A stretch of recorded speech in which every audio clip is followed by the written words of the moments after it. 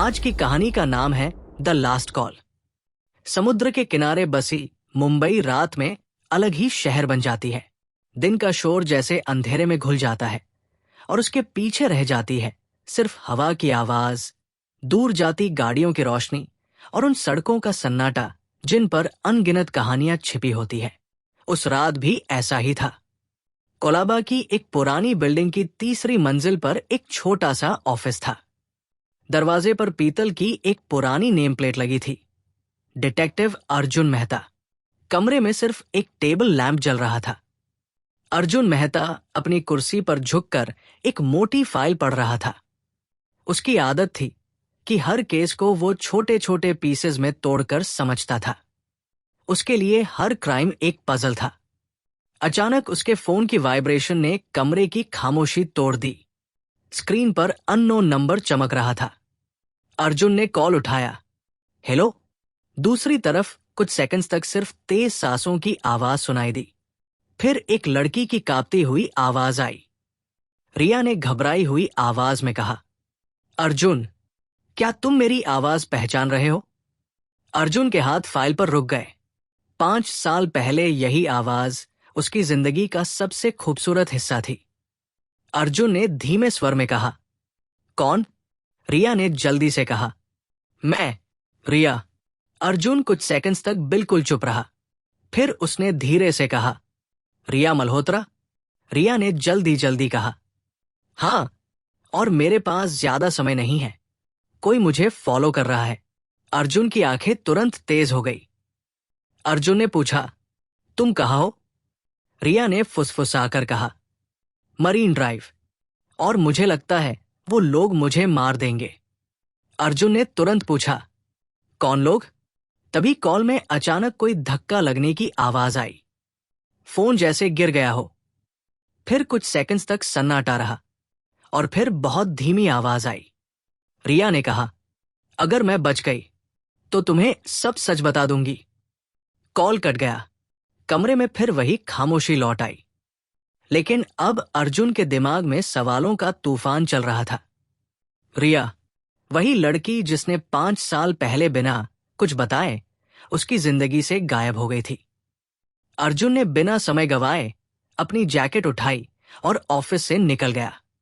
करीब 20 मिनट बाद उसकी कार मरीन ड्राइव के किनारे रुकी। समुद्र की लहरें पत्थरों से टकरा रही थी। सड़क लगभग खाली थी। अर्जुन धीरे धीरे प्रोमनाड पर चलने लगा। उसकी आंखें हर दिशा में घूम रही थी। अर्जुन ने धीरे से आवाज लगाई, रिया? कोई जवाब नहीं। तभी उसकी नजर जमीन पर पड़ी एक चमकती चीज पर गई। वो झुककर देखने लगा। एक सिल्वर ब्रेसलेट। अर्जुन का दिल तेजी से धड़कने लगा। ये वही ब्रेसलेट था जो उसने कॉलेज के दिनों में रिया को गिफ्ट किया था। तभी पीछे से कदमों की आवाज आई। अर्जुन तुरंत मुड़ा। करीब 10 कदम दूर एक आदमी खड़ा था। लंबा, काला कोट, ठंडी आंखें। अजनबी आदमी ने हल्की मुस्कान के साथ कहा, डिटेक्टिव अर्जुन मेहता। अर्जुन ने तीखे स्वर में पूछा, तुम कौन हो? अजनबी आदमी ने शांत स्वर में कहा, तुम्हें यहां नहीं आना चाहिए था। अर्जुन कुछ बोलता उससे पहले ही उस आदमी ने पॉकेट से गन निकाली। धाय! गोली दीवार से टकराई। अर्जुन तुरंत झुककर कंक्रीट बैरियर के पीछे छिप गया। अर्जुन ने ऊंची आवाज में कहा, किसने भेजा तुम्हें? लेकिन जब वो दोबारा बाहर निकला तो आदमी गायब था। सिर्फ दूर भागते कदमों की आवाज कुछ सेकंड्स तक सुनाई दी। अर्जुन वापस उस जगह आया जहां ब्रेसलेट पड़ा था। अब वहां जमीन पर खून की कुछ बूंदें भी थी। उसका दिमाग एक ही बात सोच रहा था, अगर रिया यहां थी तो वो कहाँ गई? अगली सुबह अर्जुन क्राइम ब्रांच पहुंचा। इंस्पेक्टर कबीर राणा उसका पुराना दोस्त था। कबीर राणा ने ब्रेसलेट देखते हुए कहा, तो तुम्हारी एक्स गर्लफ्रेंड आधी रात को तुम्हें कॉल करती है और फिर गायब हो जाती है? अर्जुन ने शांत स्वर में कहा, यह सिंपल किडनैपिंग नहीं है। कबीर ने पूछा, तुम इतना श्योर कैसे हो? अर्जुन ने कहा, क्योंकि जिसने मुझ पर गोली चलाई वो प्रोफेशनल था। कबीर कुछ पल सोचता रहा। फिर उसने अपनी ड्रॉर से एक फाइल निकाली। कबीर ने धीरे से कहा, तुम्हें शायद ये भी पता होना चाहिए। अर्जुन ने फाइल खोली। उसकी आंखें चौड़ी हो गई।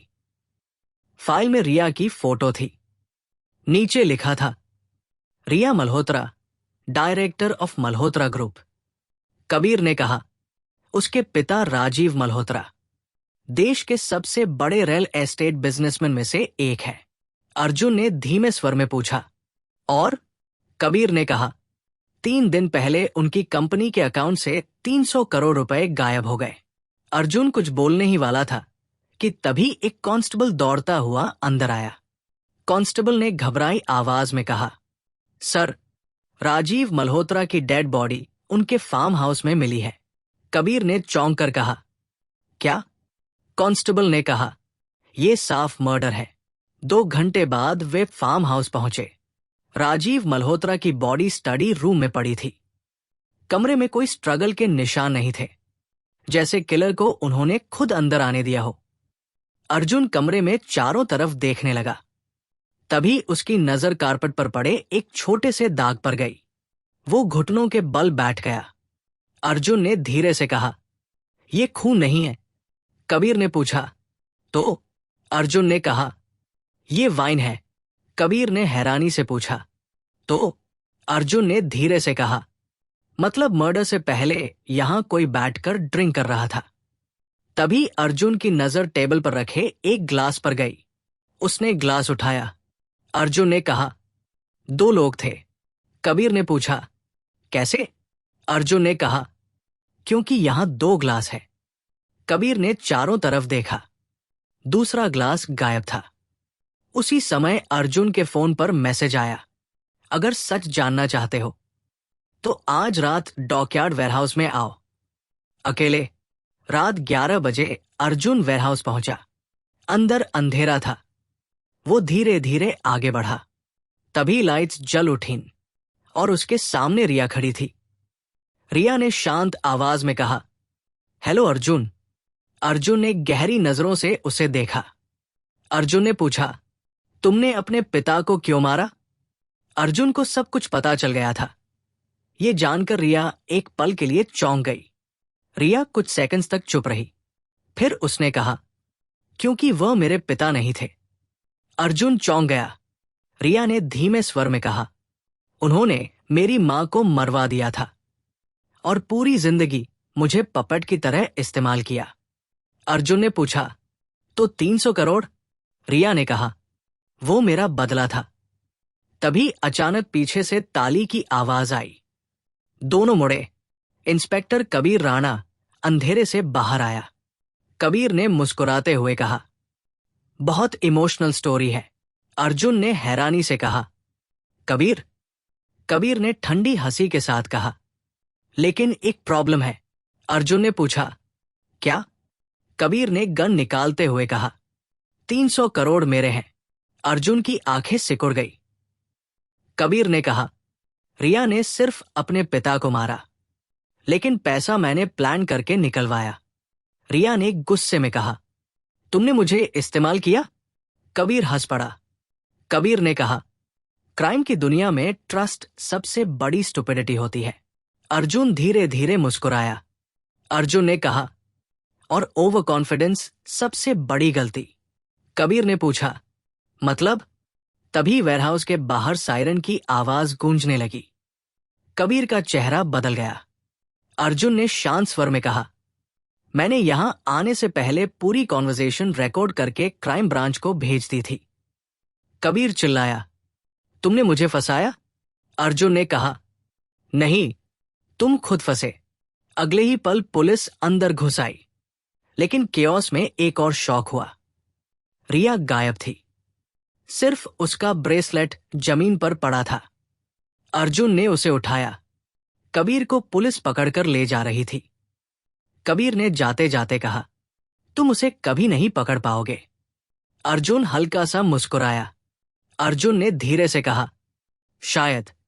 फिर उसने ब्रेसलेट की तरफ देखा और बहुत धीरे से फुसफुसाया, लेकिन खेल अभी खत्म नहीं हुआ।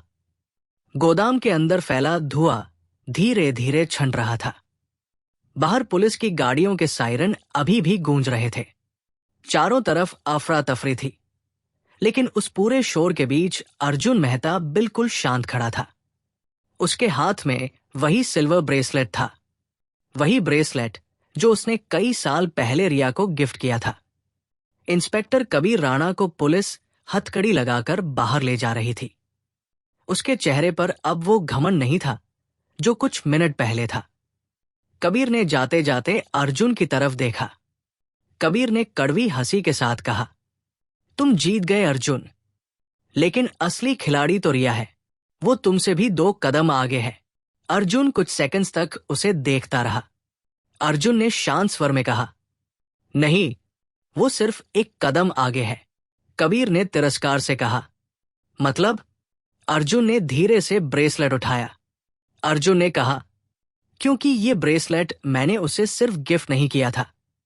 कबीर की आंखें सिकुड़ गई। अर्जुन ने ब्रेसलेट के पीछे एक छोटा सा बटन दबाया। ब्रेसलेट के अंदर एक टाइनी जीपीएस ट्रैकर ब्लिंक करने लगा। कबीर की आंखें फैल गई। कबीर ने हैरानी से कहा, तुमने उसे ट्रैक किया? अर्जुन ने धीमी मुस्कान के साथ कहा, रिया हमेशा से स्मार्ट थी, लेकिन वो एक चीज भूल गई। कबीर ने पूछा, क्या? अर्जुन ने कहा, मैं उसे बहुत अच्छी तरह जानता हूं। कुछ देर बाद वेयरहाउस खाली हो चुका था। पुलिस की गाड़ियां जा चुकी थी। रात फिर से शांत हो गई थी। अर्जुन अपनी कार में बैठा ट्रैकर की ब्लिंकिंग लाइट को देख रहा था। स्क्रीन पर एक लोकेशन धीरे धीरे ब्लिंक कर रही थी, गोवा पोर्ट। अर्जुन ने खुद से धीमे स्वर में कहा, तो क्या तुम भाग रही हो रिया? मैं भी देखूंगा कि तुम कहां जाओगी। फिर उसने कार स्टार्ट की, लेकिन कहानी यही खत्म नहीं हुई। अगली सुबह मुंबई एयरपोर्ट पर एक प्राइवेट जेट उड़ान भरने की तैयारी कर रहा था।